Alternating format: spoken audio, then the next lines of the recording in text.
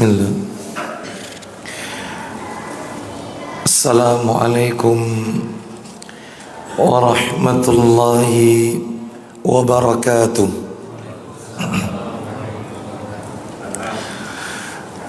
Alhamdulillah alladzi bi ni'matihi tatimmus shalihat. Wa ashhadu an la ilaha illallah wahdahu la syarika lah wa ashhadu anna Muhammadan abduhu wa rasuluh. Ya ayyuhalladzina amanu taqullaha haqqa tuqatih wa la tamutunna illa wa antum muslimun. Amma ba'du, fa inna asdaqal hadisi kitabullah wa khairal hadi hadi Muhammadin sallallahu alaihi wasallam wa syarral umuri muhdatsatuha wa kullu muhdatsatin bid'ah wa kullu bid'atin dhalalah wa kullu dhalalatin finnar. Ikhwan wa akhwati fillah, bapak-bapak, ibu-ibu, kaum muslimin dan muslimah, jamaah majelis ta'lim Nurul Ilmi dan Mutiara Hikmah, kepada segenap pengurus takmir Masjid Pondok Mutiara Sidoarjo yang semoga semuanya dimuliakan oleh Allah Subhanahu wa ta'ala. Tidak ada kata yang patut kita ucapkan di sore hari ini selain rasa syukur kita kepada Allah Subhanahu wa ta'ala atas segala karunia nikmat yang telah Allah berikan kepada kita. Di antara kenikmatan-kenikmatan tersebut yang kita rasakan pada sore hari ini adalah diberikannya kita kemudahan, kesempatan untuk mengoptimalkan ibadah di hari yang mulia, hari di mana Nabi Adam alaihi salam diciptakan oleh Allah Subhanahu wa taala, hari di mana Nabi Adam alaihi salam dikeluarkan oleh Allah dari surga, hari di mana taubatnya Nabi Adam alaihi salam diterima oleh Allah Azza wa Jalla, hari di mana Allah Subhanahu wa taala mewafatkan Nabi Adam alaihi salam, hari di mana hari tersebut dijadikan salah satu nama-nama surat dari nama-nama surat di dalam Al-Quran, salah satu surat dari nama-nama surat di dalam Al-Quran, hari di mana doa mustajab, hari di mana Nabi sallallahu alaihi wasallam menyebutkan sebagai Sayyidul Ayyam, penghulu dari seluruh hari. Hari itu tidak lain adalah Yaumul Jumu'ah, hari Jumat, hari di mana sekarang saat ini kita berada di dalamnya. Oleh karena itu, kita memohon kepada Allah, semoga seluruh amal ketaatan yang kita lakukan di hari Jumat ini, baik yang sifatnya wajib maupun yang sunnah, semuanya tercatat di sisi Allah sebagai pemberat timbangan amal kebajikan kita kelak di yaumil hisab. Bapak ibu kaum muslimin dan muslimah rahimani wa rahimakumullah, sore hari ini kita lanjutkan materi kita. Seperti biasa, kajian kita di Jumat pekan kedua materinya membahas kitab yang berjudul Bahjatu Qulubil Abrar wa qurratu uyunil akhyar fi syarah jawami'il akhbar, yang ditulis oleh Syekh Abdurrahman bin Nasir As-Sa'di rahimahullah, di mana kitab tersebut sudah diterjemahkan ke dalam bahasa Indonesia menjadi terjemahan bebas, yaitu mendulang faedah dari kalimat nubuah. Dan di dalam kitab tersebut terdapat 99 hadis pilihan yang tercantum dalam Jawami'ul Kalim. Apa itu Jawami'ul Kalim?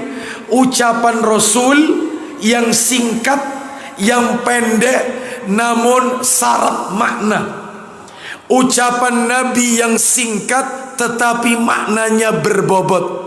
Karena salah satu mukjizat yang Allah berikan kepada Nabi kita sallallahu alaihi wasallam, beliau memiliki Jawami'ul Kalim, ucapan yang ringkas tapi maknanya mendalam. Nah, semuanya ada di kitab ini. Dan beberapa kali pertemuan kita masih berada pada hadis yang nomor 3. Hadis yang di dalamnya diberi judul oleh muallif, oleh penulisnya, agama adalah nasihat. Agama adalah nasihat. Baik, kami bacakan ulang Bapak Ibu hadisnya. Setelah itu kita lanjutkan materi yang tersisa yang belum kita sentuh. Hadis yang akan kita baca ini diriwayatkan oleh Imam Muslim dan Abu Dawud. Hadis ini bersumber dari sahabat Tamim, dari sahabat Tamim Ad-Dari radhiyallahu an. Dia berkata, Rasulullah sallallahu alaihi wasallam bersabda, ad-dinun nasihah, ad-dinun nasihah, ad-dinun nasihah, yang artinya agama itu adalah nasihat, agama itu adalah nasihat, agama itu adalah nasihat. 3 kali Nabi mengucapkannya. Qalu, mereka para sahabat bertanya, liman ya Rasulullah, nasihat untuk siapa wahai Rasulullah? Kalau agama itu adalah nasihat, nasihat untuk siapa? Maka Nabi sallallahu alaihi wasallam menjawab, untuk 4. Yang pertama, untuk 5. Yang pertama lillahi, yaitu nasihat untuk Allah. Dan ini sudah saya jelaskan, tidak perlu kami ulang. Yang dimaksud nasihat untuk Allah, maka mustahil Allah butuh nasihat. Tidak, justru kita yang butuh petunjuk dari Allah Azza wa Jalla. Yang dimaksud nasihat untuk Allah adalah menjalankan hak-haknya Allah Azza wa Jalla, yaitu mentauhidkan Allah dan tidak menyekutukan Allah. Itu maknanya. Terus yang kedua, nasihat untuk siapa? Wali kitabihi, nasihat untuk kitabnya. Apa perlu Al-Quran itu direvisi? Nggak perlu. Apa perlu Al-Quran itu diintervensi? Nggak perlu, demi Allah tidak. Tetapi justru kita yang harus mengikuti petunjuk Al-Quran. Nah, maka yang dimaksud dengan nasihat untuk kitabnya, yaitu Al-Quran, adalah dengan mengikuti, dengan membaca, mempelajari, berusaha untuk menghafalkan isi Al-Quran, tidak menafsirkan Al-Quran menurut pendapatnya sendiri, dan seterusnya. Dan saya tidak akan ulang lagi itu. Yang ketiga, ini yang belum kelar. Yang ketiga adalah nasihat untuk siapa? Wali rasulihi, nasihat untuk rasulnya. Apa butuh rasul itu dinasehati demi Allah? Tidak, Bapak Ibu. Justru kita harus menjadikan beliau sebagai suri tauladan. Beliau adalah pilot project. Proyek percontohan sang uswatun hasanah, pemberi contoh terbaik. Orang yang memiliki budi pekerti paling mulia. Wa innaka la'ala khuluqin adzim. Sesungguhnya engkau Muhammad memiliki budi pekerti yang sangat mulia. Justru kita yang harus meneladani beliau. Lah terus yang dimaksud nasihat untuk Rasul itu apa maknanya? Lah ini yang belum kelar. Kalau tidak salah dari beberapa poin yang sudah kami sampaikan, yang pertama yang dimaksud dengan nasihat untuk Rasulullah adalah satu, mengimani bahwasannya beliau adalah Rasul yang diutus untuk seluruh alam.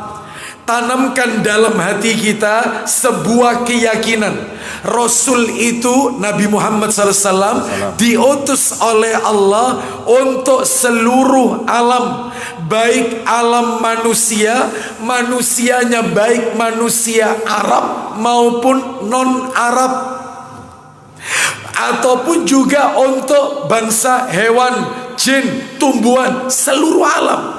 Allah berfirman, "Wa ma arsalnaka illa rahmatan lil alamin." Dan tidaklah kami mengutus engkau Muhammad kecuali untuk sebagai rahmat seluruh alam. Alamin bentuknya jamak, ya seluruh alam. Oleh karena itu Bapak Ibu sekalian, jadi tidak ada istilah Islam Nusantara, nggak ada ya. Kenapa? Islam ya cuman satu yang dibawa oleh Nabi Sallallahu Alaihi Wasallam.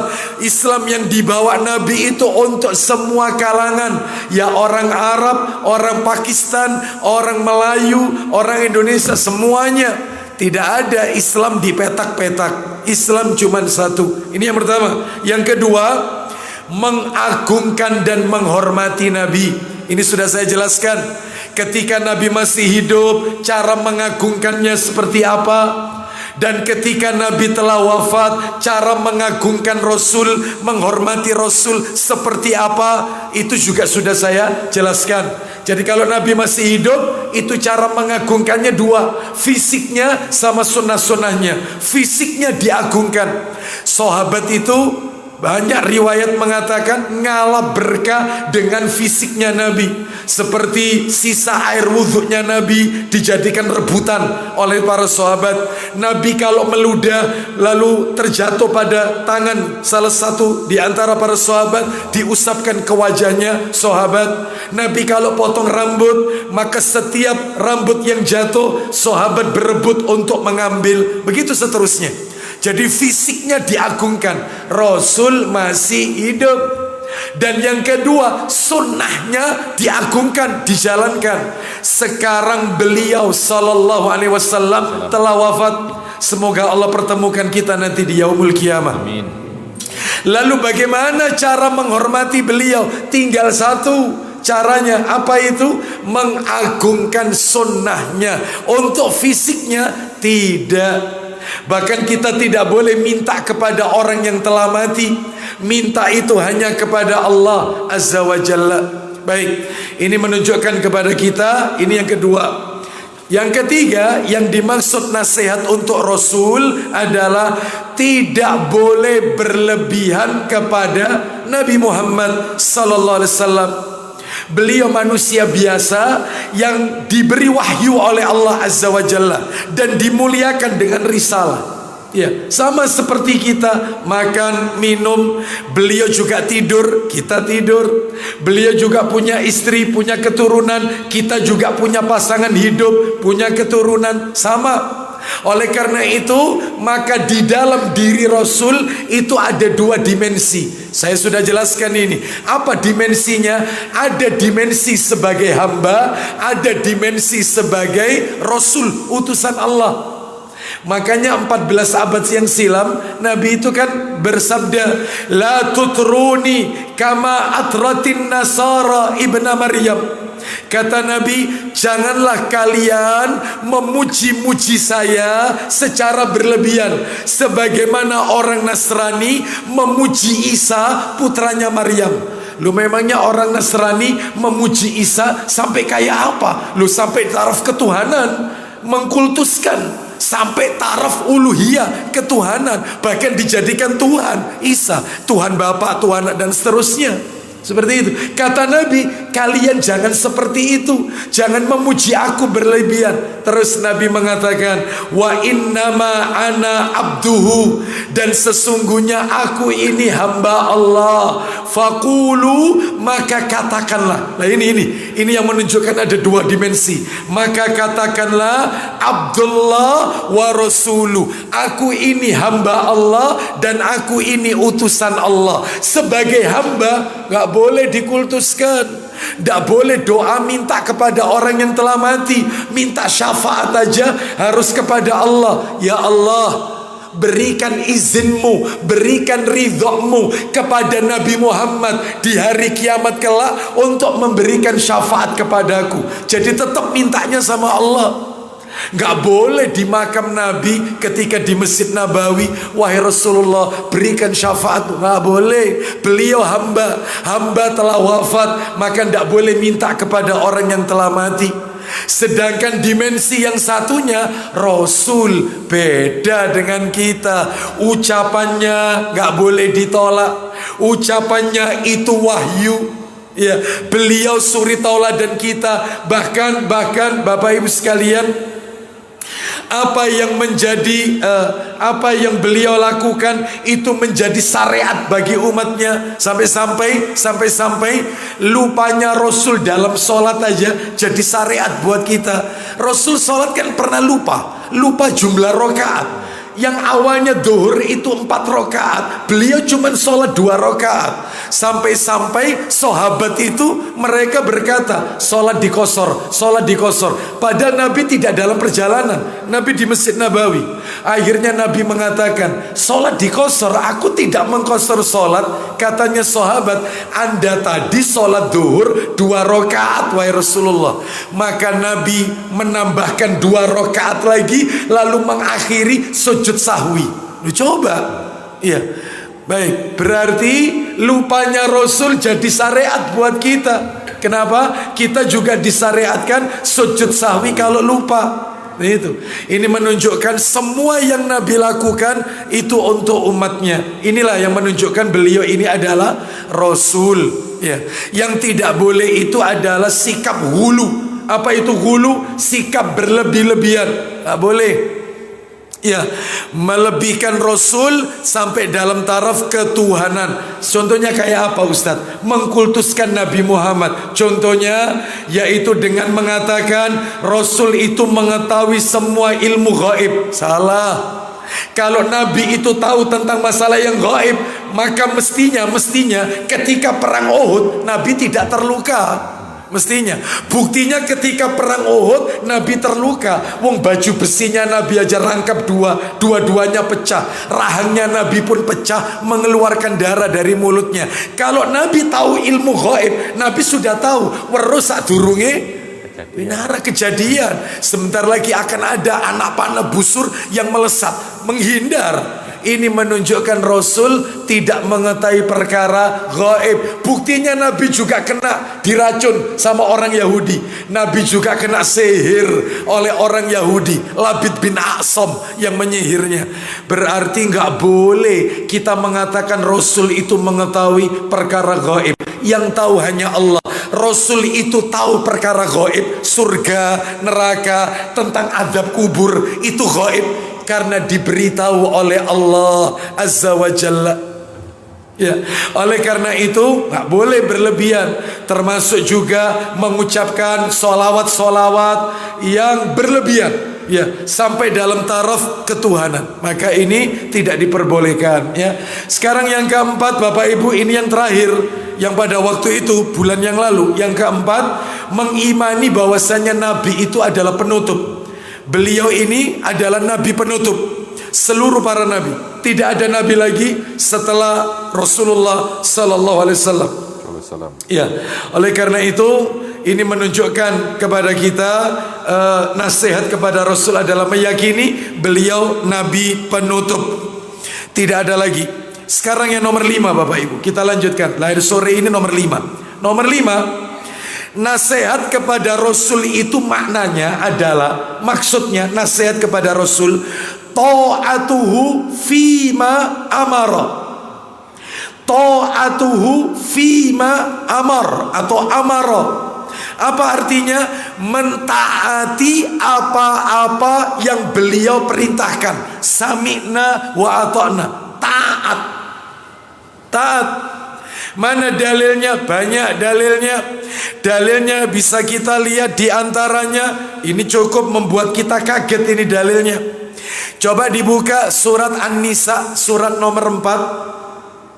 Ya, surat nomor 4 surat An-Nisa, ayatnya ayat 80. Kita bisa dengarkan Bapak Ibu sekalian, tegas sekali di dalam ayat ini. An-Nisa, ya, maaf, ya surat nomor 4. Ya, betul, surat nomor 4. Maaf, ayatnya ayat 80. Mayyuti'ir rasul faqad ata Allah. Jelas sekali, kita dengarkan ini ayatnya. Allah Ta'ala berfirman, silakan. Barang siapa mentaati Rasul Muhammad. Ulang lagi. Barang siapa mentaati Rasul Muhammad, maka otomatis, maka sesungguhnya dia telah mentaati Allah. Loh, bayangkan ayatnya tidak kebalik itu. Ayatnya tidak mengatakan mayyuti illaha faqad ata'ar rasul. Enggak. Ayatnya tidak mengatakan siapa yang mentaati Allah otomatis mentaati Rasul. Enggak. Ayatnya justru mengatakan siapa yang mentaati Rasul Muhammad otomatis orang itu telah taat kepada Allah. Otomatis. Berarti kalau begitu kuncinya ke siapa ini kuncinya? Nabi Muhammad Rasulullah Sallallahu Alaihi Wasallam. Makanya wajib kita taati, sami'na wa ata'na. Bapak Ibu sekalian, saya tambahkan lagi dalil. Saya tambahkan, coba dibuka Sahih Muslim. Sahih Muslim. Muslim. Ya. Muslimnya. Mana Sahih Muslimnya? Oh, itu ketutupan itu. Tutupan.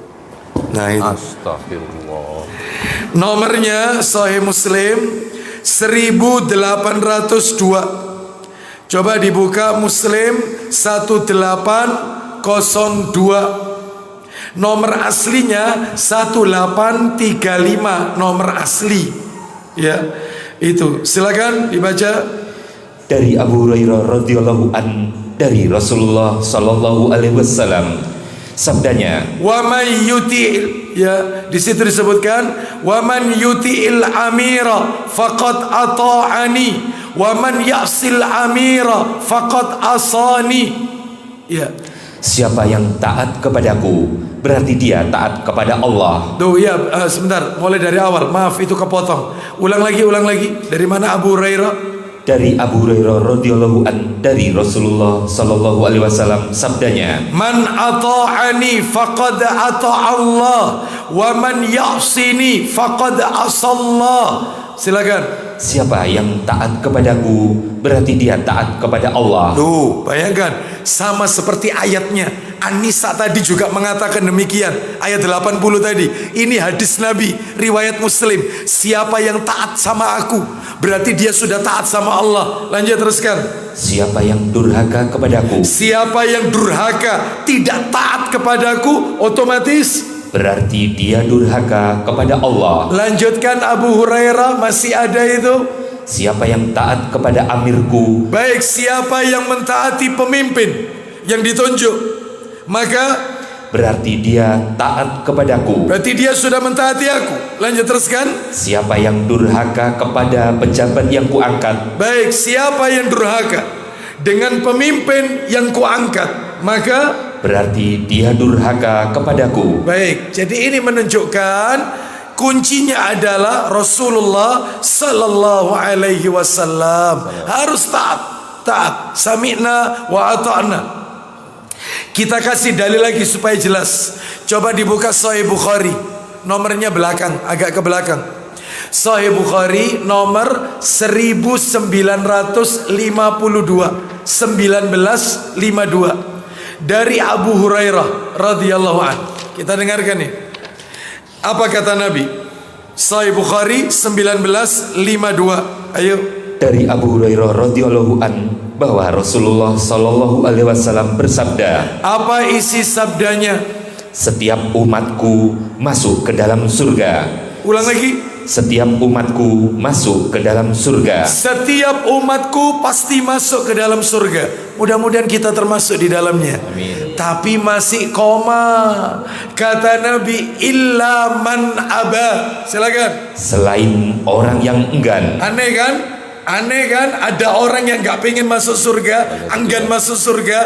Makanya para sahabat bertanya, qalu wa man ya'ba ya Rasulullah. Silakan. Mereka bertanya, Siapa itu? ya Rasulullah, siapakah yang enggan itu? Siapakah yang enggan itu wahai Rasulullah? Qal, silakan. Jawab beliau, Man ata'ani dakhalal jannah wa man asani faqad aba. Silakan. siapa yang mematuhi perintahku Siapa yang mentaati aku maka masuk surga, terus dan siapa yang melanggar perintahku maka sesungguhnya orang itu enggan. itulah orang yang enggan masuk surga. Berarti jelas harus taat. Makanya yang dimaksud nasihat untuk Rasulullah, mentaati Rasul. Mentaati Rasul. Saya tambahkan satu lagi dalil. Bapak Ibu kalau dengar cerita dalil yang sesaat lagi kita dengarkan akan kaget. Orang kalau tidak mentaati Rasul itu dibayar kontan oleh Allah. Azabnya di dunia dibayar kontan. Azabnya. Di mana dalilnya? Buka Sahih Muslim. Kita pengen tahu. Ini contoh real terjadi di zaman Nabi. Sahih Muslim nomor 1943. 1943 dari Iyas bin Salama bin Al-Aqwa. Iya betul. Iya silakan. Dari Iyas bin Salama bin Aqwa radhiyallahu an, Ya. dia mengatakan Apa katanya? bahwa bapaknya menceritakan kepadanya, Apa itu ceritanya? seorang laki-laki makan dekat Rasulullah sallallahu alaihi wasallam Dengan tangan apa dia makan? dengan tangan kiri. Stop. Ada orang laki-laki makan duduk dekat Nabi, tangannya kiri. Rupanya orang ini kidal karena tangan kanannya nggak cacat. Maaf, orang ini sempurna tangannya, cuman kebiasaan makan tangan kiri. Terus kemudian Nabi menegur, memberi nasihat, kul biyaminik, makan tangan kanan, jangan tangan kiri, makan tangan kanan. Lanjut. Maka bersabda beliau kepadanya, Apa kata Nabi kepada orang itu? makanlah dengan tangan kanan. Makan dengan tangan kanan. Apa kata orang itu? Nggak nurut, nggak taat. Apa itu? Silakan. Jawab orang itu, aku tidak bisa. Aku ndak bisa. Pada tangan kanan Nabi nyuruh tangan kanan itu karena tangan kanannya ndak cacat. Kecuali kalau cacat, nggak mungkin lah Nabi menyuruh. Karena normal makan tangan kanan, dia tetap nggak nurut. Aku ndak bisa. Kaget Nabi. Apa kata Nabi? Tidak bisa. Silakan. Sabda Nabi sallallahu alaihi wasallam, tidak bisa. Tidak bisa. Lanjut, divonis sama Nabi. Tidak ada orang yang melarangmu melainkan perasaan sombongmu. Tidak ada orang yang tidak patuh dengan aku kecuali itu orang sombong. Karena definisi sombong itu, sombong ialah batorul haqq wa ghamtun nas.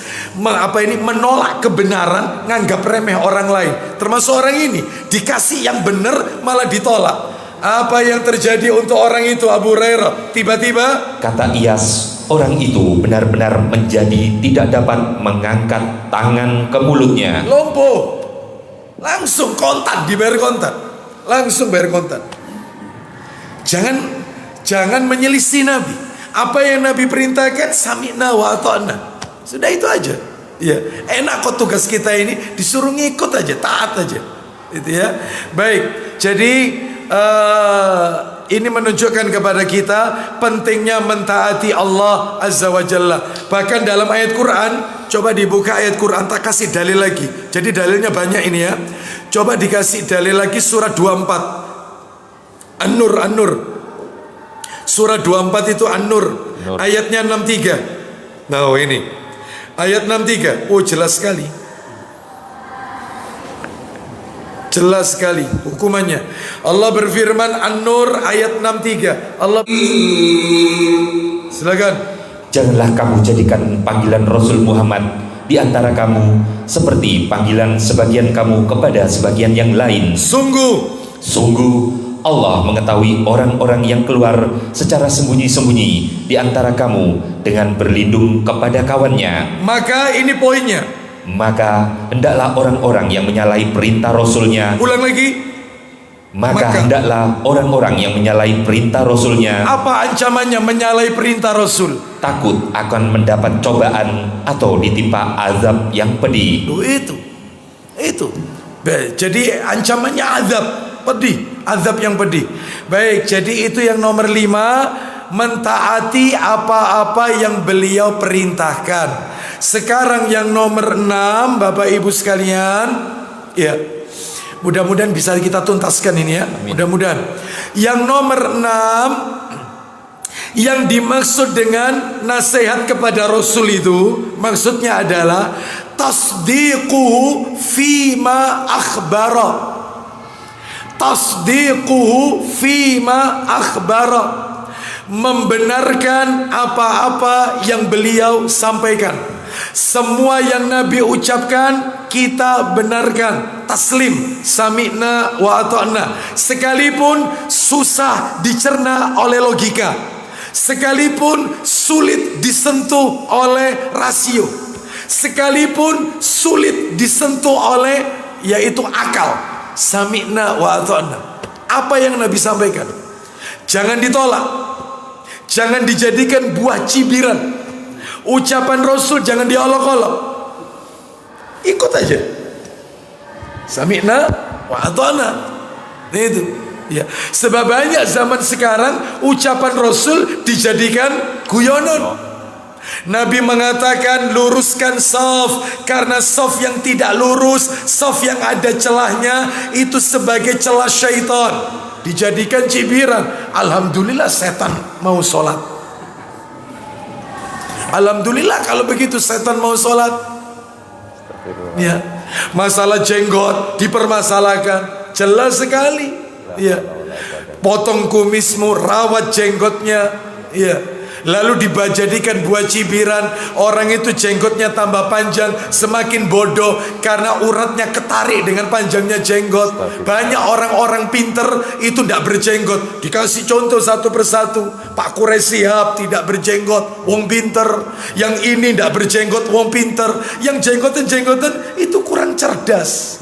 Berarti dia mengatakan Rasul tidak, otomatis sudah batal syahadat, batal. Dia mengolok-olok ucapan Rasul, jangan dipermasalahkan. Imani sami'na wa ata'na. Ya, seperti itu.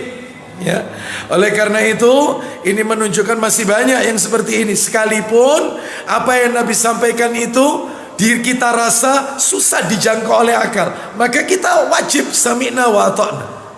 Ya. Mana dalilnya? Silakan dibuka, kita kasih dalil dulu.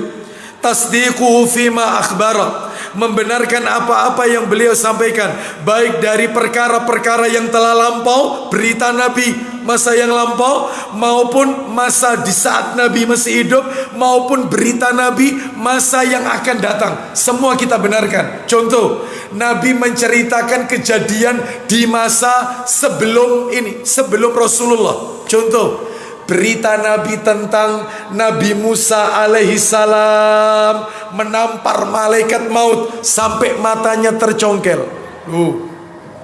Matanya keluar. Itu kan Nabi Musa sebelum Nabi Muhammad. Tapi Nabi jelaskan dalam hadis riwayat Bukhari lagi. Riwayat Bukhari Muslim. Itu sami'na wa ata'na. Berita Nabi misalnya tentang Ashabul Kahfi. Itu berita Nabi misalnya lagi sebelum Rasulullah, ya, sebelum Rasulullah, berita tentang proses penciptaan Adam alaihissalam, dan juga cerita Nabi Adam dengan Nabi Daud alaihissalam. Nah, itu menarik itu, cerita Nabi Adam dan Nabi Daud alaihissalam. Itu kan jauh. Adam kan bapak manusia, ya, Abul Bashar. Ya, kan jauh. Nah, Rasulullah Rasul penutup Adam, Nabi pertama. Itu diceritakan. Contoh ya, kita dengarkan ini. Coba dibuka Tirmidzi. Ya, Tirmidzi nomor 3076. 3076. 3076. Ada. Tirmidzi ya Ustaz. Tirmidzi. Ketemu. 3076. 3076. Dari Abu Hurairah. Ya, dari Abu Hurairah radhiyallahu anhu. Coba. Dari Abu Hurairah radhiyallahu anhu berkata, Ya. Rasulullah sallallahu alaihi wasallam bersabda, Isinya. sebab dinamakan Khidir adalah karena dia duduk di atas tanah tandus. Nomor berapa itu? 3076. 30. 76. Sebentar, yang panjang ini Ustaz. Iya, panjang, yang panjang. Betul, Panjang. memang panjang. Iya. Saat Allah menciptakan Adam. Betul, saat nomornya sama kan? Sama. Iya, jadi ambil nomor yang bawah. Nah, silakan. Ayo.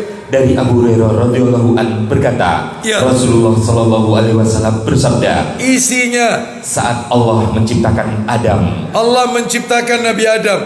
Ini ceritanya dari Nabi loh ini. Harus kita benarkan cerita di masa yang lampau sebelum Rasulullah SAW. Ini harus kita benarkan. Sami'na wa ata'na. Ya, ketika Allah menciptakan Adam, terus lanjut. dia mengusap punggungnya, lalu dari punggungnya berjatuhan setiap jiwa yang diciptakan Allah dari keturunan Adam hingga hari kiamat. Maka Allah mengusap punggungnya Adam. Lalu Nabi Adam alaihissalam diperlihatkan oleh Allah anak keturunannya sampai hari kiamat. Waktu itu panjenengan tidak tahu kalau ada jamaah Pondok Mutiara, tahu ya. Ini kejadian. Ya, ini gaib ini, berita gaib ini yang harus kita imani. Allah usap punggungnya Adam, terus ditunjukkan. Makanya Adam bertanya, siapa mereka ini ya Allah? Lanjut teruskan.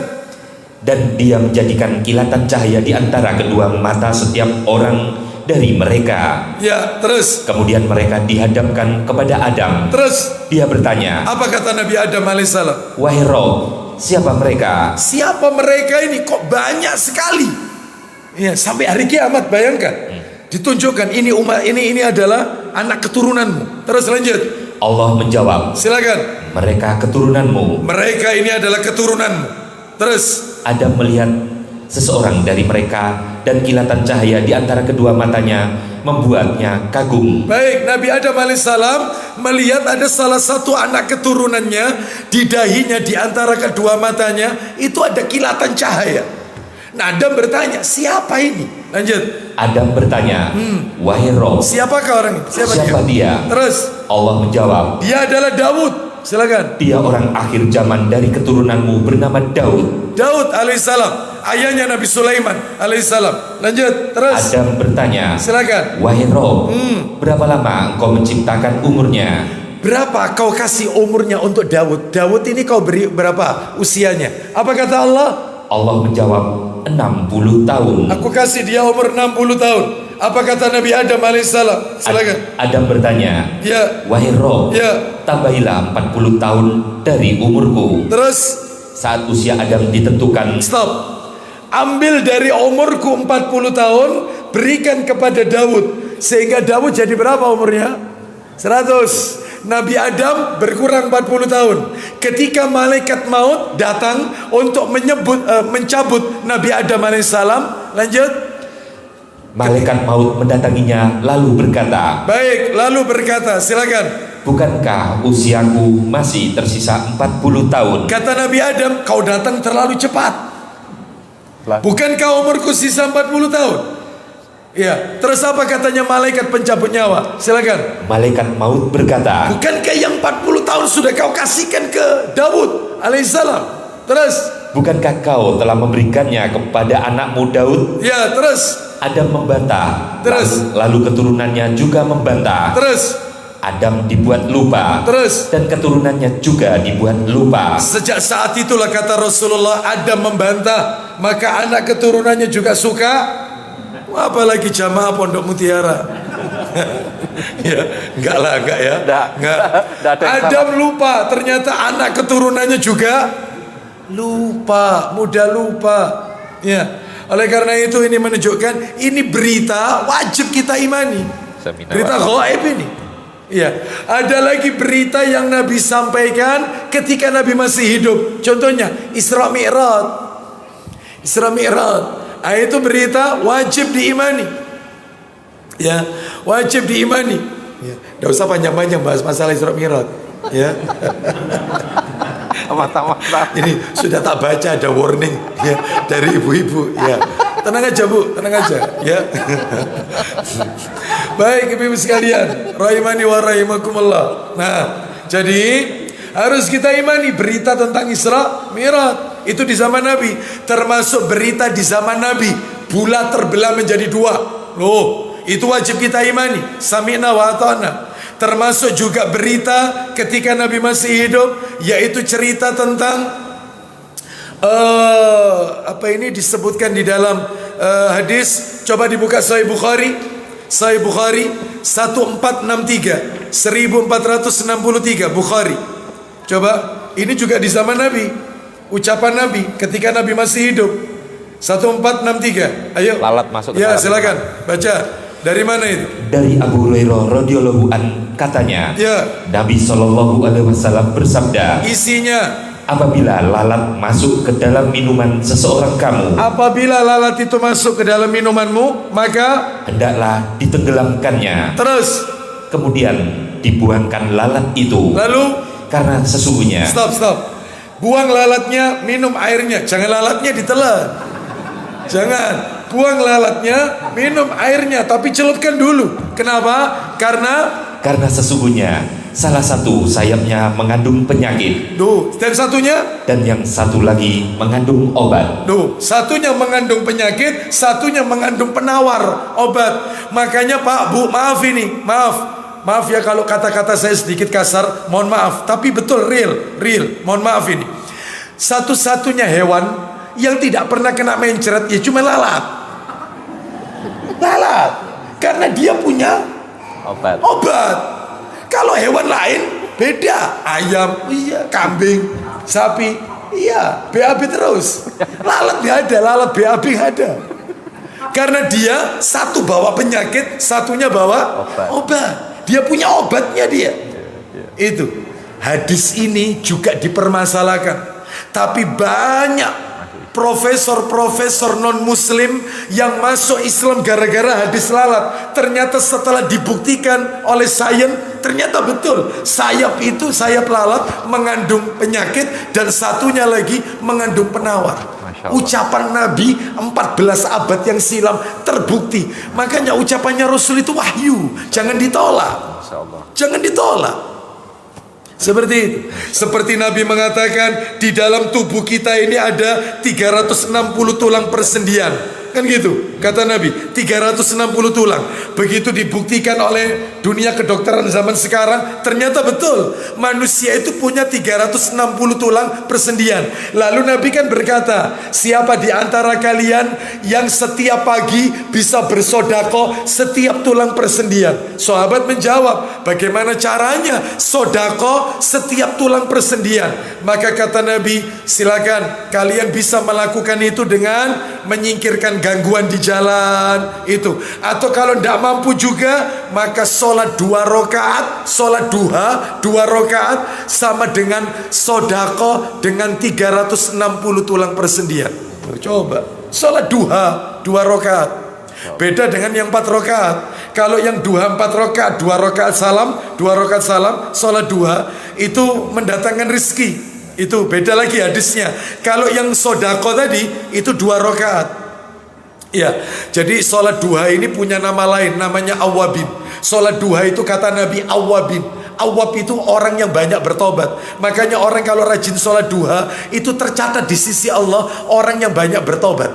Sholat duha itu, sholatnya orang yang banyak bertobat. Sholat duha itu.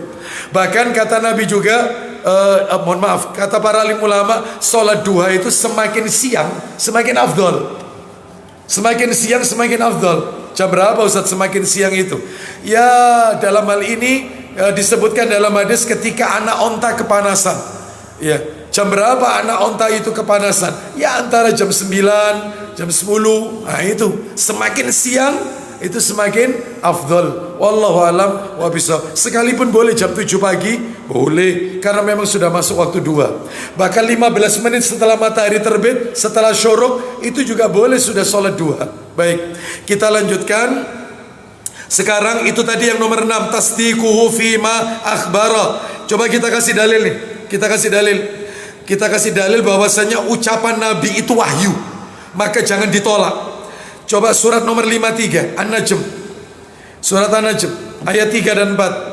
Surat 53 An-Najm ayat 3 dan 4. Wa ma yantiqu 'anil hawa in huwa illa wahyu yuha. Silakan. Ayo langsung. Dan tidaklah yang diucapkannya itu Al-Quran menurut keinginannya. Jadi tidaklah yang diucapkan Rasul itu berdasarkan hawa nafsunya, tetapi tidak lain Al-Quran itu adalah wahyu yang diwahyukan kepadanya. Loh, Al-Quran itu wahyu, ucapan Nabi itu adalah wahyu. Berarti kalau gitu Ustadz, hadis Nabi itu juga wahyu. Iya, hadis Nabi kan itu ucapan Nabi, hadis Nabi itu wahyu. Karena tidak mungkin Nabi itu berkata tanpa yaitu izin dari Allah Azza wa Jalla. Tidak mungkin Nabi itu beropini. Nah, mungkin. Mana dalilnya? Coba dibuka lagi, kasih tambahan dalil. Surat 69. Surat 69 itu Al-Haqqah. Al-Qalam. Al-Haqqah. Al-Haqqah.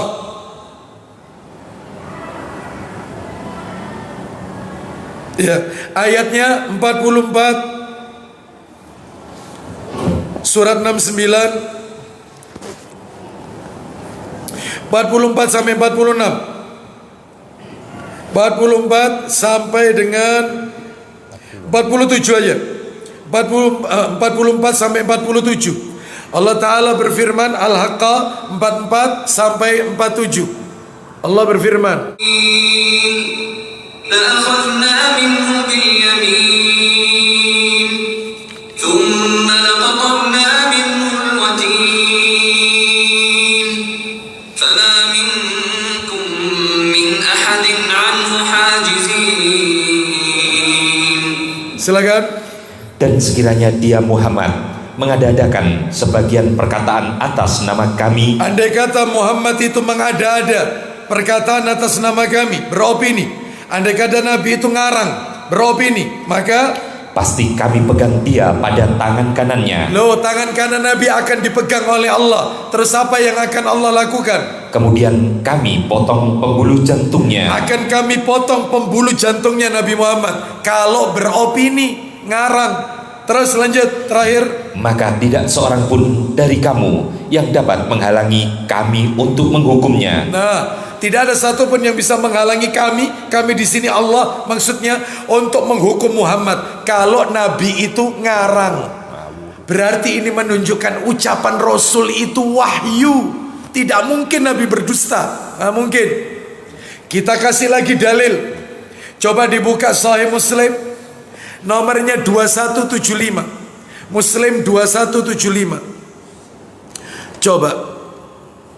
Muslim 2175. Kita dengarkan baik-baik. Sahih Muslim 2175. Nah, silakan. Dari Musa bin Tolha. Ya, betul. Apa judulnya di atasnya? Urusan dunia. Syariat dan urusan dunia. Betul, syariat dan urusan dunia. Silakan. Dari Musa bin Tolha, dari bapaknya radhiyallahu an, katanya, Ya, aku berjalan bersama-sama Rasulullah Sallallahu Alaihi Wasallam. ketika berjalan bersama Rasul, tiba-tiba banyak orang naik di atas pohon kurma. Terus kemudian, Maka di tengah jalan kami bertemu dengan sekelompok orang sedang di atas pohon kurma. lagi ngapain itu? Beliau bertanya, Nah, Nabi bertanya, kenapa kalian kok di atas pohon kurma? Ngapain? Lanjut teruskan. apa yang sedang kalian perbuat? Apa yang kalian perbuat di atas pohon kurma? Apa itu? Jawab mereka, Kami sedang mencangkok. Silakan. kami sedang mencangkok pohon kurma. Ilmu stek sudah ada waktu itu. Sudah. Jadi kurma supaya hasilnya bagus, panennya bagus. Katanya Nabi di bawah, mereka di atas pohon kurma. Sudah terlanjur dicangkok. Katanya Nabi, menurut dugaanku, perbuatan yang kalian lakukan ini gak ada manfaatnya. Biarkan aja pohon kurma. Lanjut teruskan. Kata Rasulullah Sallallahu Alaihi Wasallam, menurut dugaanku, pekerjaan itu tidak ada gunanya. Terus, Lalu mereka hentikan pekerjaan mereka. nah ternyata sudah terlanjur dicangkok itu. Ternyata panennya bagus. Disampaikan kepada Nabi, wahai Rasulullah, kami cangkok itu panennya bagus, hasilnya bagus kurmanya. Lalu Nabi bersabda, nah ini yang jadi poin kita. Silakan Abu Hurairah, ayo. Tetapi kemudian dikabarkan orang kepada beliau bahwa pekerjaan mereka itu berhasil baik. Baik, bagus panennya. Lanjut. Maka bersabda Rasulullah Shallallahu Alaihi Wasallam, Ini yang harus digarisbawahi. Apa kata Nabi? jika pekerjaan itu ternyata bermanfaat bagi mereka, Kalau urusan dunia, tanda kutip, garis bawahi, urusan dunia itu tak serahkan sama kalian aja dah. Terus lanjut. teruskanlah. Terus. Aku hanya menduga-duga. Aku cuman menduga-duga, urusan dunia kalian lebih tahu. Tapi kalau bicara masalah agama, kaitannya ibadah, lanjut. Maka janganlah diambil peduli dugaan-dugaan itu. Terus. Tetapi jika aku berbicara mengenai agama Allah, Kalau aku sedang bicara masalah agama Allah, qala Allah, ya, maka pegang teguhlah itu. kenapa? Karena aku sekali-kali tidak akan berdusta terhadap Allah. Aku nggak mungkin bojo. Ketika bicara qala Allah wa qala Rasul, pegang.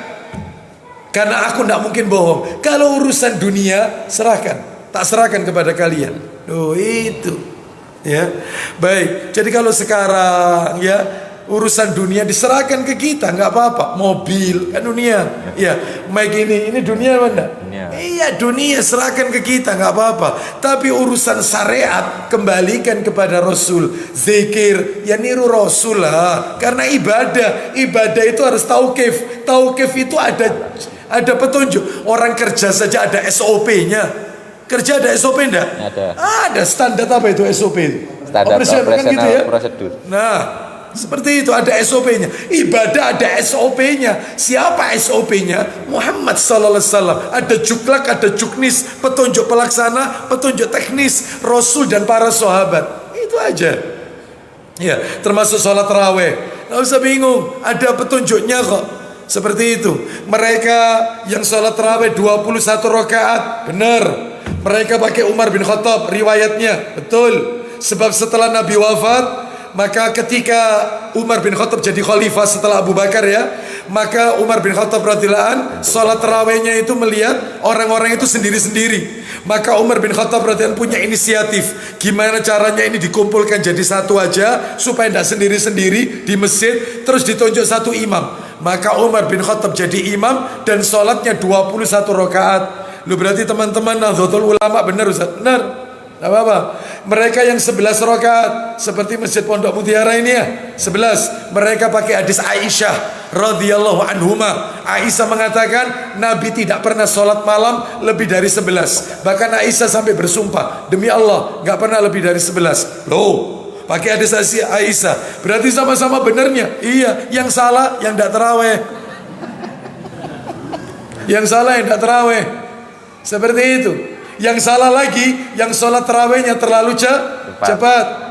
Bagi teman-teman di Muhammadiyah yang sholatnya 11 rakaat, ayo katanya ikut Nabi, ya harus cocoklah sama Nabi, jangan setengah-setengah. Nabi itu 11 rakaat, rakaat pertama setelah Al-Fatihah, Al-Baqarah, An-Nisa, Ali Imran. Yang cocok. Boleh Yang cocok. Saudaraku dari Nahdlatul Ulama, Masya Allah jempol 2. Ente pakai Umar bin Khattab meniru sahabat, Masya Allah. Tapi jangan setengah-setengah saudaraku. Umar bin Khattab itu perlu ya. Umar bin Khattab rakaat pertama setelah Al-Fatihah 100 ayat. Bukan ina atau ina kul wallah wal asri kul wallah, bukan. 100 ayat. Jangan setengah-setengah. Berarti kalau gitu Ustaz, ya jangan fanatik. Jangan fanatik kepada bendera, jangan fanatik kepada madhab. Fanatik itu kepada dalil. Selama dalilnya sahih, sami'na wa ata'na. Itu nggak apa-apa, boleh. Sama-sama benernya kok. Iya. Makanya dalam hal ini tolong yang rumahnya dekat masjid, masjidnya sholat tarawih 21 rakaat, ikut imam sampai selesai. Ikutlah imam sampai sak witirnya. Sebab ada jamaah itu, saya itu Ustaz dapat 8 rakaat tinggal pulang Ustaz. Imamnya selikur Ustaz. Makanya saya witir sendiri di rumah. Ada nggak model kayak gini? Ya. Salah, ikut sampai selesai. Kenapa? Ada dalilnya itu. Ayo dibuka Abu Dawud yang sudah di-download aja. Nomor 1375. Kok bahas ini ya jadinya ya? Itu tadi loh Pak. Ucapan Rasul itu jangan dipermasalahkan. Ya, 1375. seperti itu. Kan contoh-contohnya dari situ tadi itu. Dari Urusan syariat kembalikan kepada Rasul, urusan dunia diserahkan kepada kita. Ini masalahnya. 1375 dari Abu Dzar. Dari Abu Dzar. Ayo, coba Abu Hurairah baca, perhatikan baik-baik ini tarawihnya Nabi. Silakan. Dari Abu Dzar radhiyallahu an, dia berkata, Silakan. kami pernah berpuasa Ramadan bersama Rasulullah Sallallahu Alaihi Wasallam. Terus. Dan beliau tidak pernah mengerjakan sholat malam bersama kami sedikit pun, Kecuali. dalam sebulan sampai berlalu sepertiga malam. Terus. Setelah malam ke-6 dari akhir bulan, beliau juga tidak mengerjakan sholat malam bersama kami. Terus. Ketika di hari kelima dari akhir bulan, beliau mengerjakan sholat malam bersama kami. Stop. Berarti kalau dari 5 berarti 30 dikurangi 5, yaitu 25. Berarti malam 25. Malam 25 Nabi mulai masuk masjid untuk mengimami sholat Qiyamul Lail. Lanjut teruskan. Ketika di hari kelima dari akhir bulan, beliau mengerjakan sholat malam bersama kami hingga tengah malam pun berlalu. Ya, tengah malam. Sampai tengah malam. Sholat tarawih itu loh, sampai tengah malam. Iya. Misalnya kalau di sini Isya jam berapa ini? Isya 18.56. Anggap tarawih mulai setengah 8. Itu sampai tengah malam jam 12. Wish. Masya Allah. Mantap itu. Ya, terus lanjut. Terus. Maka kataku, wahai Rasulullah. Nah ini katanya Abu Dzar. Apa katanya Abu Dzar? Wahai Rasulullah, Ya. alangkah baiknya sekiranya Anda memperbanyak sholat sunnah Qiyamul Lail Terus. pada malam hari ini. Baik. Untuk kami. Baik, apa ndak sebaiknya ditambah lagi wahai Rasulullah? Bayangkan jamaahnya ndak ada yang kapok. Coba jamaah masjid Pondok Mutiara. Itu imam habis tarawih sampai jam 12. Insya Allah dalam hatinya, salah alamat ini, salah alamat, salah masjid ini, salah masjid. Ya, salah alamat. Terakhir pertama dan yang terakhir. Ya, itu. Ini ternyata tambah nggak kapok, minta ditambah. Lebih panjang lagi barusan, lebih panjang lagi. Kami kuat, kami mampu. Jamaahnya itu loh minta ditambah. Masya Allah, beda Pak levelnya sahabat sama kita. Makanya betul katanya Nabi dalam hadis Ibnu Majah, sahabat itu beribadah 1 jam. 1 jam itu di sisi Allah masih lebih mulia daripada kita ibadah seumur hidup. Kita ibadah seumur hidup, gak ada apa-apanya dibanding sahabat cuma 1 jam beribadah. Jauh Pak langit dengan bumi. Sahabat mereka hidup di saat turunnya wahyu, Quran turun. Mereka dibimbing manusia terbaik, maha guru, sang guru ini, guru terbaik di muka bumi, Rasul sallallahu alaihi wasallam. Beda Pak, ya kualitasnya beda. Terus lanjut, silakan. Abu Dzar berkata, Silakan. maka beliau bersabda, Silakan. Apa kata Nabi lah ini? Innar rajula. Ya, silakan. sesungguhnya apabila seseorang sholat malam bersama imam hingga selesai. Ulang lagi. Sesungguhnya apabila seseorang sholat malam bersama imam hingga selesai. Jadi sholat bersama imam sampai imam selesai, maka mendapatkan pahala apa? Silakan. Maka akan dicatat baginya seperti bangun untuk mengerjakan sholat malam semalam suntuk. Jadi seperti dia beribadah kepada Allah sholat semalam suntuk sampai pagi. Jadi begini, kalau ada orang sholat tarawih sampai witirnya imam, lalu dia pulang sampai witir ya, sampai witir, lalu dia pulang, mungkin dia istirahat. Itu tidurnya dia dicatat oleh Allah seperti orang sholat sampai pagi, meskipun orangnya tidur. Kenapa? Karena dia tarawihnya bersama imam sampai imam selesai. Makanya jangan ditinggal. Katanya ulama, orang kalau ninggalkan imam, witirnya di rumah, nggak ikut imam, maka dia kehilangan 2. Dia terkena 2 maksud saya. Yang pertama nggak dapat pahala tadi. Yang kedua, dia termasuk makmum yang nggak punya etika sama imam. Nggak punya. Imam belum kelar sudah ditinggal. Alasannya klasik, Ustadz, memang betul Ustadz, masjidnya 11 rakaat. Begitu terawih, witirnya saya tidak ikut, saya pulang Ustadz. Kenapa? Nanti malam saya mau tahajud Ustadz. Makanya witirnya tak taruh di akhir malam. Klasik, terbantahkan. Witir itu boleh ditaruh awal malam, boleh ditaruh akhir. Jadi panjenengan kalau habis sholat witir, pulang ke rumah tidur, nanti malam sholat lagi, nggak apa-apa tahajud, tapi jangan witir lagi, karena nggak boleh semalam 2 kali. Jadi witir boleh ditaruh awal. Wong Nabi aja pernah tanya kok kepada Abu Bakar, wahai Abu Bakar, kapan kamu sholat witir? Katanya Abu Bakar, setelah Isya witir. Nabi tanya sama Umar bin Khattab, kalau kau, aku witir setelah tahajud, sepertiga malam terakhir. Katanya Nabi, engkau Abu Bakar orang yang berhati-hati, dan engkau Umar orang yang diberikan kekuatan oleh Allah. Dua-duanya direferensikan. Bahkan panjenengan akan kaget.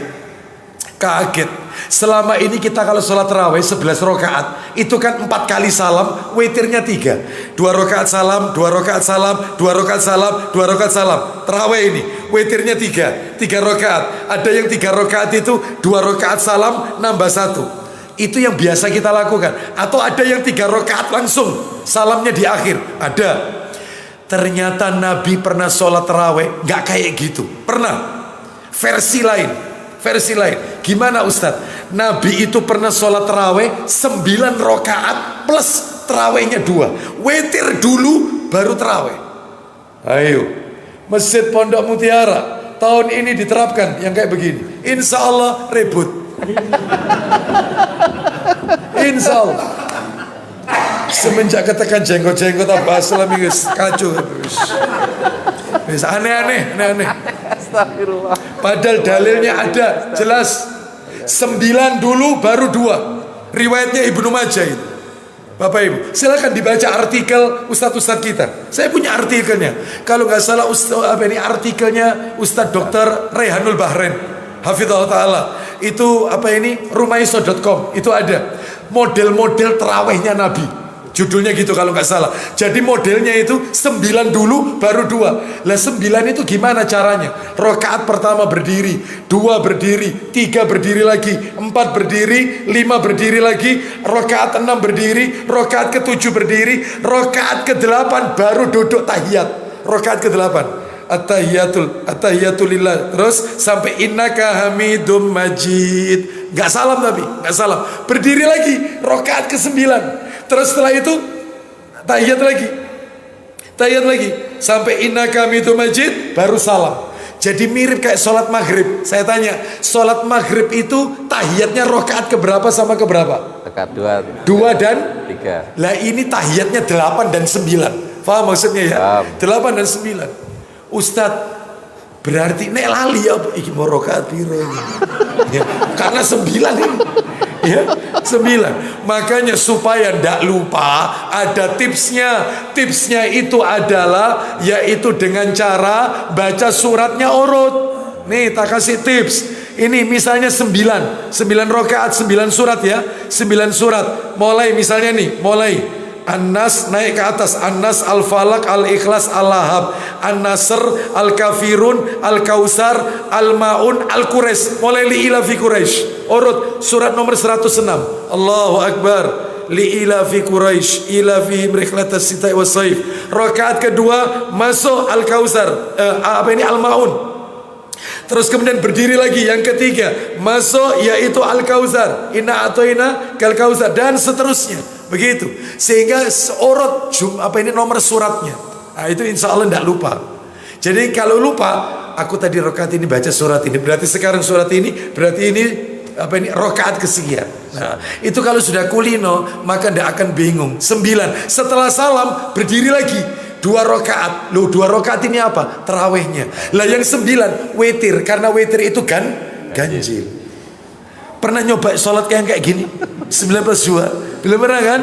Nah, itu. Ya. Bahkan maaf. Yang witirnya 3 rakaat langsung itu. Langsung. Rakaat pertama berdiri, rakaat kedua berdiri, nggak tahiyat. Rakaat ketiga baru tahiyat. Yang 3 rakaat langsung itu mestinya loh ya, mestinya tarawihnya 4-4. Bukan 2 rakaat salam, 2 rakaat salam. Karena ngikuti witirnya langsung. Maka terawihnya 4 rakaat, salamnya di akhir. Jadi berdiri terus, nggak pakai tahiyat, nggak pakai. Terus 4, terus lagi 4 tahiyat, terus 3. Jadi 1 tahiyatnya. Faham maksudnya? Paham. Itu begitu. Mestinya rangkaiannya itu gitu. Klop-klopannya itu, hadisnya itu bilang begitu. Sedangkan kalau yang sekarang kan kita 2 rakaat salam, 2 rakaat salam, 2 rakaat salam, itu witirnya 2 rakaat salam nambahi 1 rakaat salam. Nah itu witirnya itu. Karena terawihnya 2 rakaat salam, 2 rakaat salam. Itu. Ya. Jadi kombinasinya banyak, versinya banyak. Jadi ucapan Nabi tidak boleh dibantah. Apa yang Nabi ucapkan itu adalah wahyu dari Allah Azza wa Jalla. Kita lanjutkan nomor 7. Yang ketujuh adalah ijtinabu manaha. Saya ulang, ijtinabu manaha anhu wa zajara. Menjauhkan diri dari apa-apa yang beliau larang. Yang dilarang tinggalkan. Yang diperintahkan kerjakan. Yang dilarang tinggalkan. Itu bentuk menasihati Rasul. Nasihat untuk Rasul maksudnya menjauhi semua yang beliau larang. Jauhi. Ya. Mana dalilnya? Quran surat 59 ayat 7. Quran surat 59. Itu dibaca tidak semua, ada di tengah-tengah soalnya. Ayat 7. Surat 59 ayat 7. Ya. Surat 59 Al-Hasyr. Oh, bukan. Ya betul, surat 59 itu Al-Hasyr ya. Ya. Ayatnya ayat 7. Ayat 7. Itu di tengah-tengah. Coba dilihat. Wa ma atakumur rasulu fakhuduhu wa ma nahakum anhu fantahu. Ayo dibaca artinya. Apa yang diberikan Rasul kepadamu, Apa yang diberikan Rasul kepadamu, maka terimalah. Dan apa yang dilarangnya bagimu, maka tinggalkanlah. itu di tengah-tengah itu terjemahannya. Yang Rasul berikan terima, yang Rasul perintahkan ambil, yang Rasul larang tinggalkan. Itu konsekuensi syahadat, termasuk nasihat untuk Rasul ini. Ya. Saya tambahkan lagi dari buka Sahih Muslim. Buka Sahih Muslim nomor 1940. 1940. dari Jabir. Dari Jabir. Ya coba dari bukan maaf kok 1940 1970 ya, dari Al-Bara' bin Azib radhiyallahu an. 1970 dari coba dari baliknya lagi lah. Itu nomor berapa yang sebelah kanan itu? Yang sebelah kanan 1973. Dari 1974 dari Al-Bara' bin Azib. Ya 1974 dari Al-Bara' bin Azib radhiyallahu an. Nabi memerintahkan 7 perkara, melarang kita 7 perkara. Silakan. Dari Al-Bara' bin Azib radhiyallahu an katanya, Ya. Rasulullah sallallahu alaihi wasallam memerintahkan kepada kami 7 perkara. Ingat-ingat yang Nabi perintahkan ada 7 ini dalam hadis ini. Terus Dan melarang kami dari 7 perkara. 7 juga. Terus lanjut. Beliau memerintahkan 1. Mengunjungi orang sakit. Mengunjungi orang sakit. Itu perintah itu. Sakit apapun. Ya. Sakit sakit ringan. Iya. Sakit gigi. Iya dikunjungi. Sakit hati. Apalagi sakit hati. Kunjungi. Ya. Sakit. Terus yang kedua. 2. Mengantar jenazah. Antar jenazah. Nomor 3. 3. Mendoakan orang bersin. Doakan orang bersin. Nomor 4. 4. Menepati sumpah. Menepati sumpah termasuk nazar. Harus ditepati. Nomor 5. 5. Menolong orang yang teraniaya. Menolong orang yang terzolimi, teraniaya, kita tolong. Nomor 6. 6. Memenuhi undangan. Penuhi undangan. Ya kalau diundang datang, tapi lihat undangannya. Kalau undangannya itu sesuai sunnah, di dalamnya tidak ada kemungkaran, boleh kita datangi. Tapi kalau di dalamnya ada kemungkaran, maka kita boleh datang sebelumnya atau sesudahnya. Itu ya, untuk menghormati undangannya. Artinya kita tidak berada pada acara yang mungkar tersebut. Ya, terus yang terakhir 7. 7. Menyebarluaskan salam. Menebarluaskan salam. Sekarang yang dilarang. Apa yang dilarang? Beliau melarang 1. Memakai cincin emas. Gak boleh laki-laki pakai cincin emas. Gak boleh. Wanita boleh pakai emas. Laki-laki gak boleh. Ya. Kalau melamar Ustadz bagaimana yang memasangkan pada saat tukar cincin? Maka orang tuanya yang memasangkan. Ya. Maka laki-laki tidak boleh, yaitu memasangkan karena dia belum nikah, bukan mahram. Dan juga kalau dia memakai cincin emas juga nggak boleh. Ya, laki-laki tidak diperbolehkan pakai emas, wanita boleh. Terus lanjut. 2. Minum dari bejana perak. Minum tempatnya dari perak. Ya, kalau warnanya silver Ustaz, warna perak, maka nggak apa-apa, cuman sekedar warna. Yang nggak boleh itu kalau bahan bakunya dari perak, itu nggak boleh. Dari emas nggak boleh. Seperti kerajaan-kerajaan, seperti nggak boleh. Terus yang ketiga. 3. Memakai spray sutra. Nggak boleh pakai spray sutra. Laki-laki nggak boleh pakai sutra, termasuk duduk di sofa. Sofa itu dari sutra, nggak boleh laki-laki. Makanya kalau ada tempat tidur spraynya dari sutra, maka yang boleh tidur di situ cuma wanita, istri, boleh. Laki-laki nggak boleh. Ya, maka sebaiknya cari spray yang lain aja. Kalau kita Ustaz, spraynya dibagi 2 aja Ustaz. Yang sisi kanan katun, yang sini, ya. Yang sini katun, yang sini sutra Ustaz. Suami katun, istri yang di tempat yang sutra, ya, seperti itu. Ya.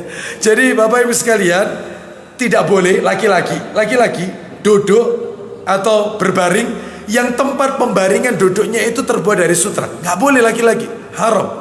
Ini nggak dipakai loh, ini nggak dipakai, diduduki, nggak boleh, nggak boleh.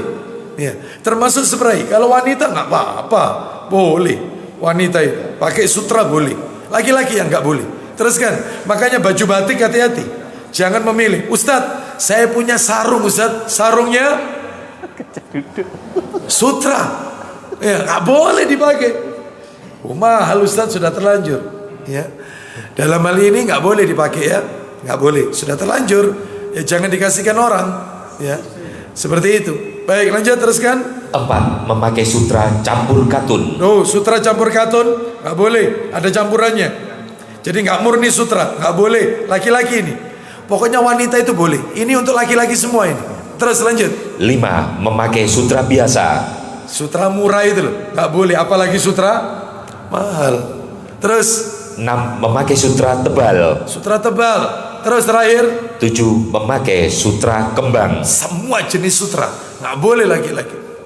Ya, baik. Jadi ini larangan. Sami'na wa ata'na. Banyak. Ya, ini baru larangannya, baru beberapa, masih banyak lagi. Sampai ada kitab yang kita kaji Jumat keempat di Masjid Pondok Mutiara. Ensiklopedi larangan. Masalah akidah. Kita masih masuk masalah akidah itu. Belum lagi masalah ilmu, belum nanti masalah pakaian, larangannya apa saja. Itu dibahas di Masjid Pondok Mutiara. Kajian saya Jumat keempat, ya, ensiklopedi larangan. Baik, kita masuk sekarang yang nomor 8. Nasihat untuk Rasul yang nomor 8. Apa itu? An la ya'budallaha illa bima syara'a. Tidak boleh beribadah kepada Allah. Saya ulang, tidak boleh beribadah kepada Allah melainkan dengan cara yang telah disyariatkan. Harus ada tuntunannya, syariatnya. Ada ndak Nabi ngajarkan? Ya. Nabi mencontohkan ndak perbuatan itu? Ya. Kalau Nabi tidak pernah mengajarkannya, ya tidak usah. Nabi pernah tidak merayakan itu. Kalau Nabi tidak pernah merayakan, ya tidak usah. Kembali ke sini, nggak usah panjang-panjang. WA tambah tuh. Dalilnya kita lihat, ya. Jadi tidak boleh beribadah kepada Allah, ya, melainkan dengan cara yang telah disyariatkan. Ada tuntunannya, petunjuknya. Dalilnya ayat dibuka Quran surat 33 ayat 21. Surat 33 itu Al-Ahzab. Al-Ahzab Ayat 21. Ayatnya 21. Kita dengarkan. Allah Ta'ala berfirman. Baik, silakan. Sungguh telah ada pada diri Rasulullah itu suri teladan yang baik bagimu. Loh, suri teladan bagimu, yaitu bagi orang yang mengharap rahmat Allah dan kedatangan hari kiamat dan yang banyak mengingat Allah. Loh, suri teladan. Terakhir saya kasih dalil berikutnya, Sahih Muslim nomornya 1701. 1701. Oh, jelas sekali ini. Dan ini kita bahas yang dalil ini ketika hadis nomor 2. Jadi mendulang faedah dari kalimat nubuah, hadis kedua itu. Hadis kedua sudah kita bahas waktu itu, sudah kita lewati. Ini kan sekarang hadis nomor 3 ini. Agama adalah nasihat. Ayo dibaca Sahih Muslim nomor 1701 dari Aisyah radhiyallahu anhuma. Dari Aisyah radhiyallahu anhuma katanya, Rasulullah sallallahu alaihi wasallam bersabda, Man amila amalan laisa alaihi amruna fahuwa raddun. Silakan. siapa yang mengamalkan suatu amal ibadah yang tidak pernah kami lakukan, maka amalnya itu ditolak. Amalnya ditolak. Siapa yang melakukan suatu amal ibadah, apapun amalannya, sholatkah, zakatkah, puasa Ramadhankah, hajikah, umrohkah, zikirkah, ya, membaca sholawatankah, semua ibadah, semua bentuk ibadah. Itu kalau Nabi tidak pernah melakukannya, amalnya tertolak. Capek-capek tapi nggak diterima oleh Allah. Ya, oleh karena itu maka harus ada rujukannya ibadah itu. Tidak boleh beribadah itu pakai dalil sing penting api, bukan. Dia nggak boleh pakai dalil sing penting api. Api menurut siapa? Api menurut Allah, menurut Rasul, maka pasti api menurut kita. Tetapi api menurut kita belum tentu baik menurut Allah dan Rasul. Contoh, ucapan saya tadi ini kita kasih dalil.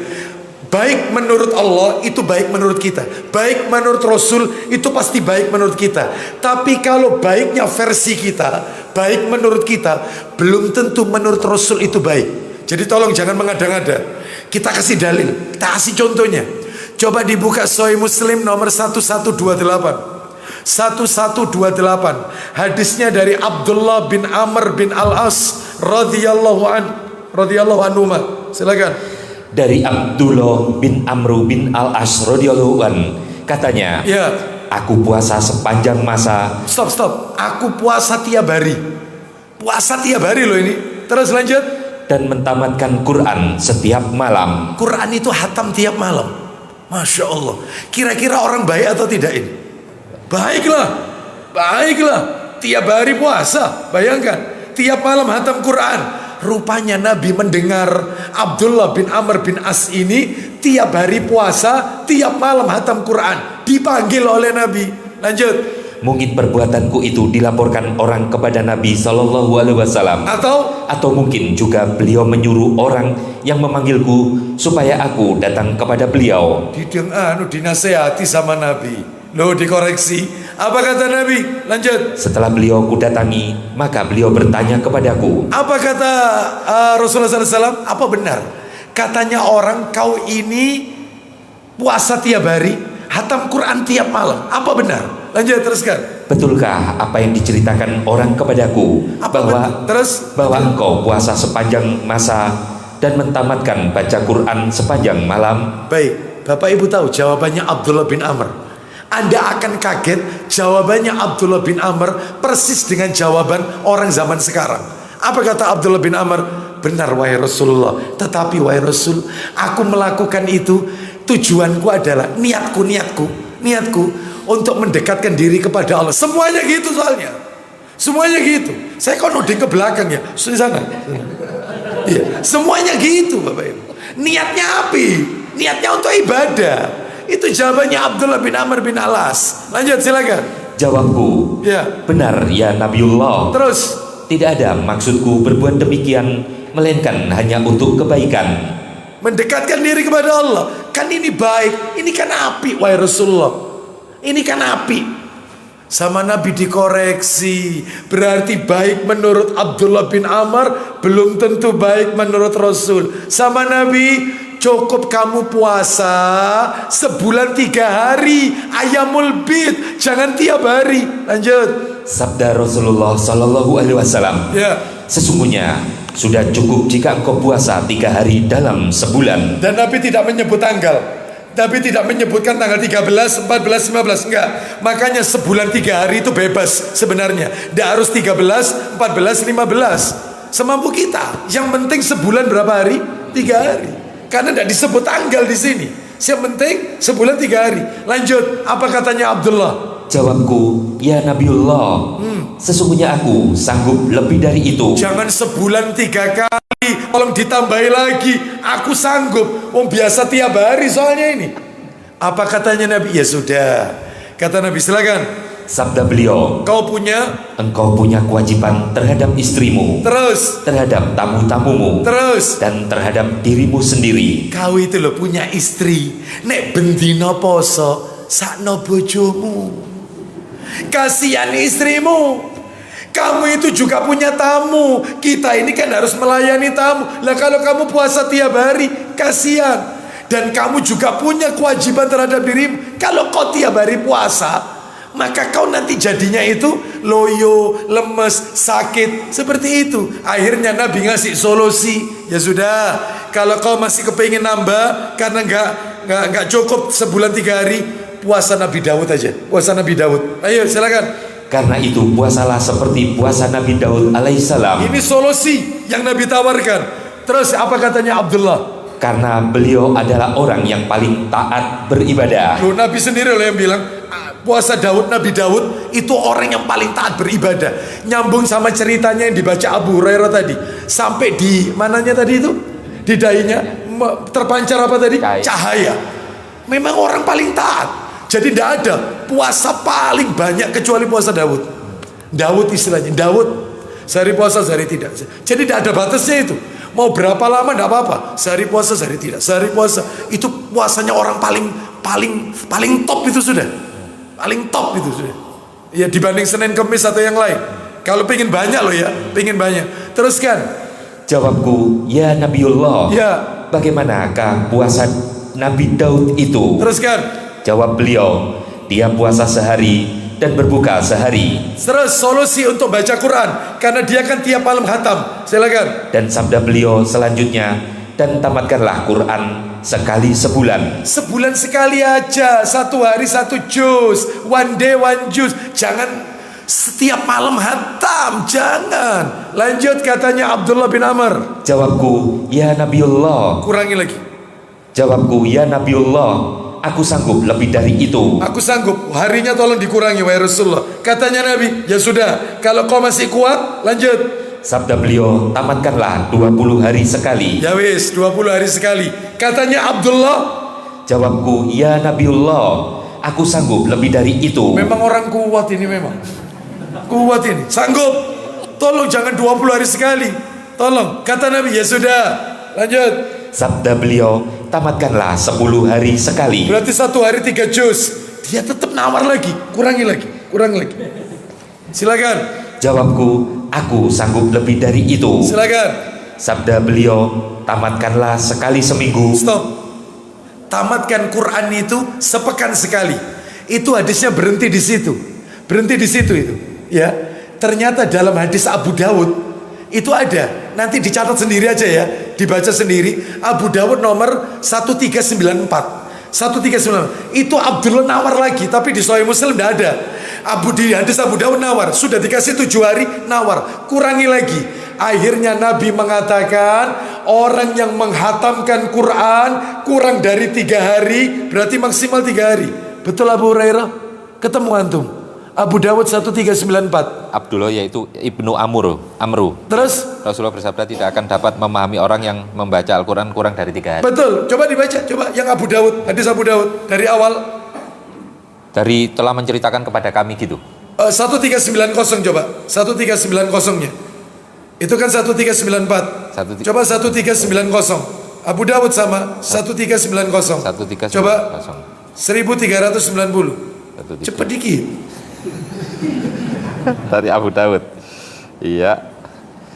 Iya gimana? Iya. Lebih dari Abu Musa mengulang-ulang perkataan ini. Abdullah Jika demikian bacalah Al-Quran hingga khatam dalam 7 hari itu Ustaz. Ya, terus Jika demikian bacalah Al-Quran hingga Abdullah berkata, aku masih dapat menyelesaikannya lebih dari itu. Beliau bersabda, tidak akan dapat memahaminya orang yang... ya betul, ya baca lagi. Baca. Baca. Dari Abdullah bin Amru radhiyallahu an bahwa dia berkata, Silakan. wahai Rasulullah, Nah, berapa lamakah aku harus mengkhatamkan Al-Quran? terus Beliau bersabda, dalam sebulan. Terus. Abdullah bin Amru berkata, Ya. sesungguhnya aku bisa lebih dari itu. Lanjut. Abu Musa ibnu Mutsana mengulang-ulang perkataan ini. Terus. Dan Abdullah selalu meminta dispensasi hingga beliau bersabda, apa kata Nabi? jika demikian, bacalah Al-Quran hingga khatam dalam 7 hari. Nah, yang tadi Sahih Muslim 7 hari. Ini yang terakhir. Ternyata masih diminta lagi. Kurangi lagi, aku masih kuat. Terus Abdullah berkata, aku masih dapat menyelesaikannya lebih dari itu. akhirnya terakhir Nabi mengatakan apa? Beliau bersabda, Silakan. tidak akan dapat memahaminya orang yang menghatamkan Al-Quran kurang dari 3 hari. Terakhir mentok, berarti 3 hari sekali. Jangan kurang dari 3 hari. Bagi yang kuat, berarti 1 hari 10 juz. Itu Abdullah sama Nabi dikoreksi. Padahal niatnya baik. Aku tujuanku mendekatkan diri, sama Nabi dikoreksi. Jangan tiap malam. Masya Allah. Ternyata Bapak Ibu tahu yang terjadi. Hadis Sahih Muslim itu kan belum kelar Abu Hurairah ya. Ya. Masih panjang kan? Panjang. Itu ada cerita yang bikin kita merinding. Kata Abdullah bin Amr ketika Rasul sudah wafat, andai kata aku nurut dengan perkataan Nabi, maka tentu hidupku tidak seperti ini. Dia kehilangan istrinya, dia kehilangan semuanya. Karena apa? Karena dia memaksakan dirinya. Nah itu. Jadi intinya adalah Bapak Ibu sekalian, ini menunjukkan kepada kita bahwasannya tidak boleh beribadah kecuali dengan apa yang Nabi syariatkan. Zikir, apapun itu. Ya, Nabi mengajarkan zikir, Bapak Ibu perlu diketahui, tidak pernah lebih dari 100 kali. Nabi tidak pernah mengajarkan zikir dalam sehari lebih dari 100 kali. Gak ada zikir itu 200, 500, 1000. Siapa baca ini 1000 kali, maka akan begini. Siapa yang baca apa itu? Ya Fatah, ya Fatah, ya Rozak, ya Rozak 777 kali, itu bisa nikah lagi misalnya. Ada. Itu pasti riwayat Facebook itu. Hadis riwayat WA. Iya. Itu nggak ada. Maksimal itu 100 kali, Bapak Ibu. Tidak lebih. Ya, lihat zikir pagi petang, semuanya 100. Astagfirullah wa atubu ilaih 100. Oh itu, la ilaha illallah wahdahu la syarikalah, itu juga 100. Boleh dibaca 10 kali, boleh dibaca cuma 1 kali. Itu ada di bukunya Ustadz Yazid Jawas, hafizahullah taala. Baik, Bapak Ibu sekalian, saya cukupkan sampai di sini. Nomor 8, saya anggap tuntas ini, sehingga harapannya kalau kita ketemu lagi bulan depan, Ramadan masih ada libur ya, sore. Oh, tergantung ibu-ibu ya. Baik, kalau memang masih ada, ya nggak tahu nanti bahasanya tentang Ramadan atau melanjutkan materi ini. Kalau memang ada di bulan April, ya. Wallahu a'lam bishawab. Ya. Jumat kedua kan belum hari raya toh? Belum Idul Fitri kan? Belum. Ustaz, ada pertanyaan sedikit Ustaz. Silakan. Di mana? Online. Iya. Silakan pertanyaannya. Ya, semoga Allah merahmatimu Ustaz. Ya. Wa anta kadzalik. Amin. Afwan Pak, apa bisa dibantu menanyakan kepada para asatidz beliau Al-Ustadz Abu Aslam, ini saya ada rencana disuruh perbantuan sama kantor untuk bantu acara bos di perusahaan saya, yang mana acara itu adalah acaranya orang Buddha, penyembah berhala di Borobudur. Jadi saya hanya diperbantukan untuk penerimaan data para peserta yang ikut. Asalnya boleh apa ya saya ikuti perintah atasan saya tersebut, Pak? Nah, Bapak Ibu sekalian rahimani wa rahimakumullah, jika pekerjaan yang kita lakukan tersebut, pekerjaan yang kita lakukan itu adalah mendukung demi suksesnya acara yang batil, maka apapun itu ya, apapun itu mendukung suksesnya acara yang batil, ya, apapun itu ya bentuknya, maka kita terkena bertentangan dengan dalil surat Al-Maidah ayat nomor 3. Surat Al-Maidah ayat 3, di situ disebutkan ta'awanu 'alal birri wa taqwa wala ta'awanu 'alal ismi wal udwan. Tolong menolonglah kalian dalam hal kebaikan dan takwa. Jangan tolong menolong dalam hal dosa dan permusuhan. Maka kalau dia melakukan tersebut pekerjaannya untuk memperlancar, yaitu jangankan begitu Bapak Ibu sekalian, jangankan seperti itu, ojek online, ya, taksi online, yang dia mendapat charteran untuk mengantarkan ke tempat peribadatan, maka dia harus tolak karena ini tak sama dengan mendukung peribadatan mereka. Seperti itu. Termasuk tukang bahan bangunan, arsitek dan seterusnya, disuruh gambar gereja, apapun itu sudah, semuanya itu. Maka selama itu ada kaitannya dengan hal yang mungkar, maka kita termasuk tolong menolong dalam hal dosa dan permusuhan. Nah itu, jadi bertentangan dengan Al-Maidah ayat 3. Mestinya tolong menolong itu dalam hal kebaikan dan takwa. Jangan tolong menolong dalam hal dosa. Maka bisa ditolak dengan cara yang baik. Sampaikan kepada pimpinannya, ya, bahwasanya mohon maaf, bukan kami tidak berkenan, tetapi prinsip agama kami lakum dinukum waliyadin. Mungkin pekerjaan yang lain akan kami selesaikan dengan baik, tetapi untuk yang satu ini kami mohon, sekalipun resikonya potong gaji, apa-apa. Apa kata Allah Azza wa Jalla, wattaqul apa ini? Wa may yattaqillaha yaj'al lahu makhraja wa yarzuqhu min haitsu la yahtasib. Barang siapa yang bertakwa kepada Allah, maka Allah akan memberikan way out, jalan keluar, dan rizki dari arah yang tidak disangka-sangka. Asalkan takwa kepada Allah, insya Allah ada jalan keluar. Ya, wallahu alam wa bisawab. Cuman itu aja. Baik, bapak-bapak, ibu-ibu ada yang bertanya? Karena waktunya mau maghrib ya. Baik. Kita, silakan. Silakan bapak, silakan. Waalaikumsalam warahmatullahi wabarakatuh. Orang Muslim hidup di Pulau Bali. Pulau Bali, iya. Yang notabene itu orang itu. Iya. Kemudian dia mempunyai usaha Toko. Di sana yang jelas menjual alat-alat perlengkapannya orang-orang Hindu. Nah, waalaikumsalam warahmatullahi. Barakallahu fiik. Beliau bertanya, Muslim tinggal di Bali. Dia bekerja di sebuah toko milik orang Bali. Yang diperjualbelikan di toko itu adalah semua barang-barang tempat peribadatannya, untuk menunjang peribadatannya orang Bali. Apalagi jangankan begitu, di toko itu ada sesajennya, ya berupa bunga atau apa, itu ya. Maka bagaimana ini? Dalam hal ini sama hukumnya. Dia tolong menolong dalam hal dosa dan maksiat. Kecuali kalau toko itu pemiliknya adalah non muslim, orang Bali ini, ternyata toko itu menjual ya sembako, tidak ada kaitannya peribadatan mereka, yang dijual yang halal-halal saja, bukan yang haram, ya, maka ini boleh Muslim bekerja di situ.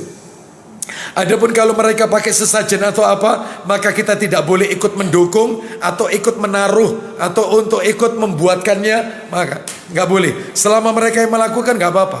Itu wallahu alam wa bisawab. Mudah-mudahan yang lebih aman adalah cari pekerjaan yang lain. Dia mencari tempat yang lain yang lebih menenangkan hati dan tentunya lebih berkah. Wallahu alam wa bisawab. Ya. Baik. Sudah, kita tutup dengan kafaratul majelis. Semoga menjadi tambahan ilmu yang bermanfaat. Mohon saya diinfokan bulan depan tetap ada kajian atau tidak sore, karena mendekati buka puasa. Kalau memang libur berarti kita ketemu nanti di bulan Mei insya Allah, ya, Jumat kedua insya Allah. Tetapi kalau tidak libur, ya kita lanjutkan materi ini atau materi seputar yang berkaitan dengan Ramadan. Wallahu alam wa bisawab. Kita akhiri, wassallallahu ala nabiyyina wa ala alihi washabihi wasallam. Subhanakallahumma wa bihamdika asyhadu an la ilaha illa anta astaghfiruka wa atubu ilaik. Wa akhiru da'wana anil hamdulillahi rabbil alamin. Assalamu alaikum warahmatullahi wabarakatuh.